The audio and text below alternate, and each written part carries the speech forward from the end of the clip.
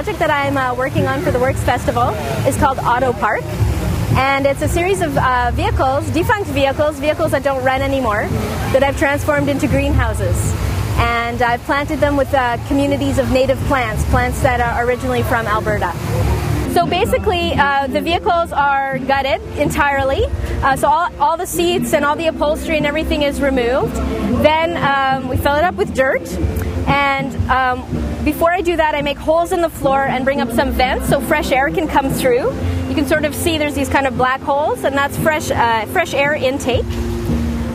Then on top of the vehicle, I have some solar vents. So they run entirely on solar power.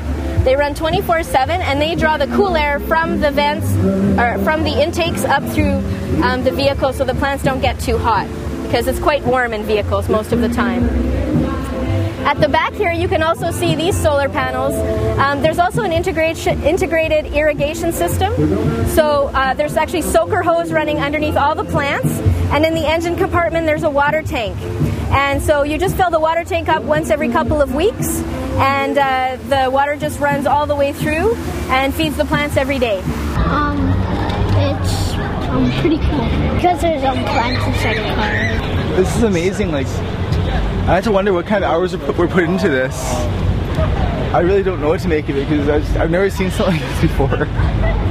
I think it's interesting how they're bringing nature into the urban environment. So it's almost like we've taken over, with cities, we've taken over nature and stuck our cities on top and inside. So it's kind of like a reverse game on this one, where nature's taken over one of our homes. Good message. It's good message with this kind of art. I can say it's good message. My husband said, "What's this? What's going on here?" So I stopped and looked, and it's very interesting. The cars with the gardens inside. Well, there's a couple of different ways you can look at it. The first, obviously, it's kind of a criticism, or it's critical of contemporary consumer society, how we, pave our cities over, drive everywhere. It's kind of ironic to turn something that creates greenhouse gas into a greenhouse. So that would be the first way to look at it, as sort of a criticism of contemporary society.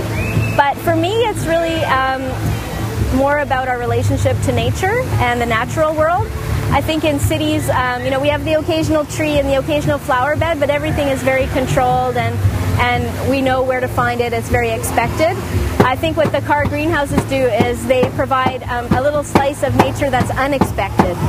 So people walk up to it and they walk by and they think it's just a regular car, and they go, "Whoa, there's like some wild plants growing in there." And people are really curious and really interested. And I think what that does is it says to me that we still care about the natural world. We know that we need the natural world to survive on the planet, and that maybe there's better ways to integrate it into our city living and to sort of live more in harmony.